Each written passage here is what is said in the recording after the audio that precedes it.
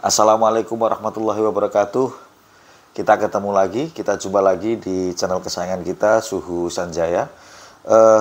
Kali ini saya akan mencoba menjawab pertanyaan beberapa dari netizen yang bertanya bagaimana sistem pengobatan untuk sakit saraf kejepit dan stroke, atau ya bisa kita bilang memang saraf Suhu Sanjaya ini spesialis untuk stroke dan saraf kejepit. Nah, yang pertama kali yang perlu kita ketahui tentang pembahasan tentang apa itu stroke dan apa itu saraf kejepit.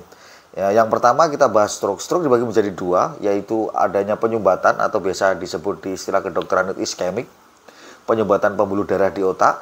Kemudian ada yang nomor dua, hemoragik atau pecah pembuluh darah. Nah, dari dua jenis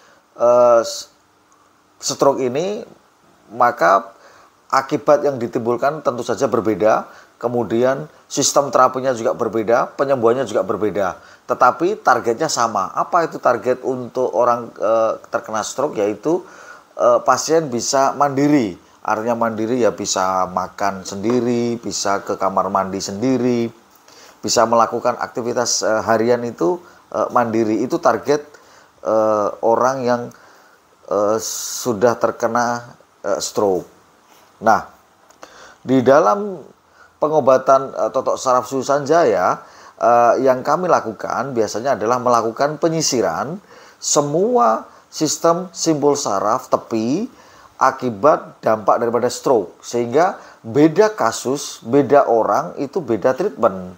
Makanya ada yang sekali percobaan, maaf, untuk stroke memang jarang sekali, itu sekali pertemuan jarang, minimal dia 3 kali sampai tidak terbatas, ada yang sampai 8 kali, 9 kali baru betul-betul target pasien itu tercapai. Nah, untuk persentase seberapa persentase seberapa tinggi pasien stroke itu bisa sembuh, ya tergantung daripada pasien itu sendiri. Ada yang 70%, 80%, ada bahkan sampai 100%. Biasa yang 100% itu kategori yang iskemik, yang penyumbatan, dan itu gejala stroke ringan. Nah, itu untuk stroke.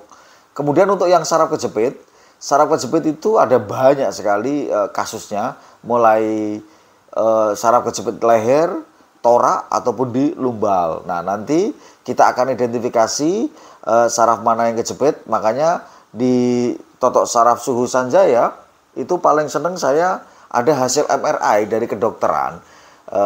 Kenapa? Karena begitu ada hasil MRI itu sangat mudah sekali untuk saya melakukan troubleshoot atau penyembuhannya.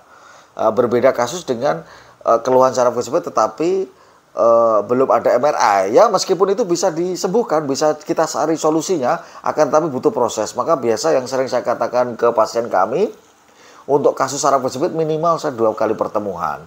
Nah, ada 3 kategori saraf kejepit yang susah disembuhkan, tetapi tidak menutup kemungkinan ini bisa sembuh. Hanya persentasenya semakin mengecil, yaitu 1, saraf kejepit yang sudah dioperasi karena sudah ada pembedahan di situ. Kemudian yang nomor 2, saraf kejepit yang kakinya mengecil dua-duanya. Tapi banyak kasus, alhamdulillah, saya menyembuhkan atau kembali lagi pasien yang kayak gini, 2 kakinya mengecil kembali besar. Banyak kasus kayak gitu, tapi memang persentasenya di bawah, maksudnya nggak tinggi gitu. Kemudian yang ketiga, saraf kejepit yang sudah sampai hilang rasa, kepengen BAB sama kepengen pipis. Nah, ini yang agak susah disembuhkan. Akan tetapi sekali lagi, 3 kategori yang menurut saya susah disembuhkan pun banyak kasus yang alhamdulillah diberikan kesembuhan. Nah, sehingga di sini yang perlu dipastikan adalah ketika ada pasien stroke maupun saraf kejepit yang kategori yang berat, tidak menutup kemungkinan bisa disembuhkan. Segala jalan untuk menuju ke kesembuhan itu pasti ada selama ada niat dan semangat. Tidak hanya semangat bagi penderita, tapi semangat dari orang-orang sekitar, dari keluarga, itu sangat penting sekali untuk mensupport kesembuhan daripada pasien itu.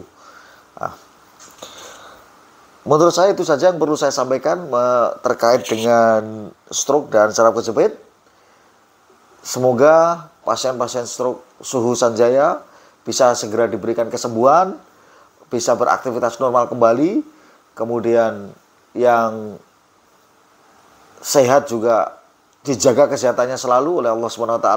Semoga kita semuanya diberikan keberkahan. Terima kasih. Wassalamualaikum warahmatullahi wabarakatuh.